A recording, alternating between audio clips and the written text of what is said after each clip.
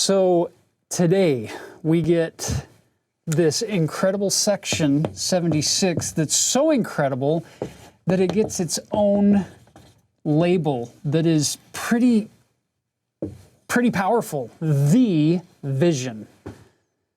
And when we call this the vision, one thing that we want to point out is that this is the first vision really written down by Joseph Smith.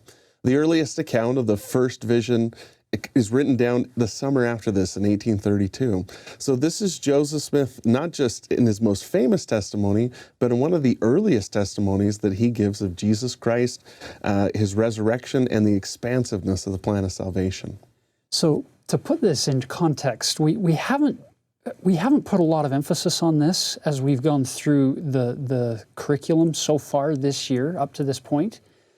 But as you track Joseph Smith's age, when all of these different events are occurring, keep in mind, Joseph was born December 23rd of 1805.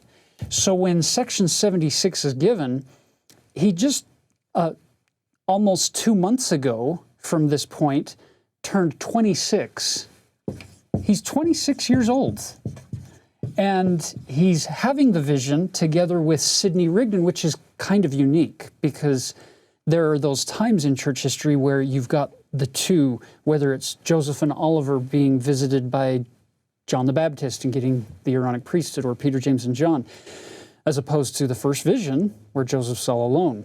Here you get Sidney Rigdon with him, who happens to be 12 years older than Joseph. So you have a 26-year-old, a 38-year-old, sitting in the upstairs of the John Johnson home, and they have this mind-blowing vision as we're going to see it unfold.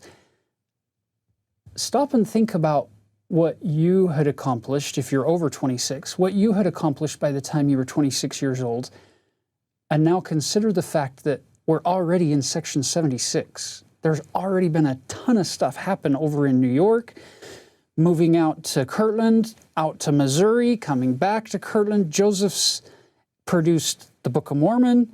He's produced 136 pages in our current Doctrine and Covenants up to this point, and he's 26. That, to me, is one of the beautiful testimonies that Jesus Christ is standing at the head of the work through this prophet. I think another thing that this highlights also is the importance of the translation project Joseph Smith is engaged in. What we call the JST, Joseph Smith called the NT. He didn't use the term Joseph Smith translation. That would have been pretty egotistical of him. We invented this in the 1970s when we were incorporating elements of the translation into our scriptures. Joseph Smith just always referred to it as the new translation of the scriptures.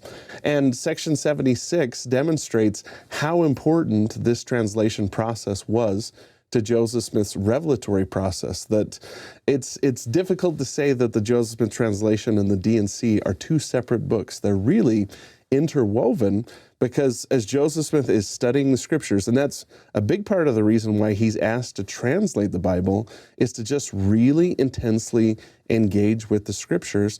The Lord's giving him revelation along the way. In fact, this whole revelation comes from one single verse, John 5:29. which talks about the resurrection of the just and the resurrection of the unjust.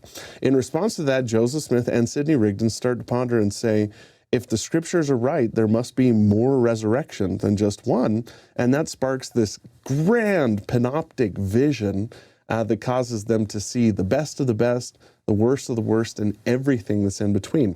In fact, when Joseph Smith writes down this vision in the earliest copy, the introduction that he gives to it is that it concerned two things: the church of the firstborn, which is a church within the church. You can be a member of the Church of Jesus Christ of Latter-day Saints and not be a member of the Church of the Firstborn. The Church of the Firstborn are the people that are going to make it, the people that are going to be exalted. The second thing he said was that the vision talked about the economy of God.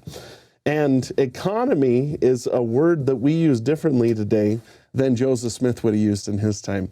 We think about stocks and bonds and finances when we think of economies. In Joseph Smith's day, an 1828 dictionary defines economy as the governance of a household. So Joseph Smith's one-line description of what the vision was about was, it's about the church of the firstborn, the people that are going to be saved, and how God governs the rest of his household, how he deals with the people that are doing what they're supposed to be doing, and the people that are sort of doing what they're supposed to be doing, the people that are totally against him, and the people that are absolutely dead set on being rebellious. How do you come up with a system of salvation that takes into account all those disparate groups? That's what the vision's about. And that's one of the things that makes it so fun to study, is that everybody has a stake in the story that's being told here. Whether you're the most righteous person or whether you're the most wicked person, you're going to show up somewhere in the pages of the vision. So you better pay attention. This is you we're talking about here.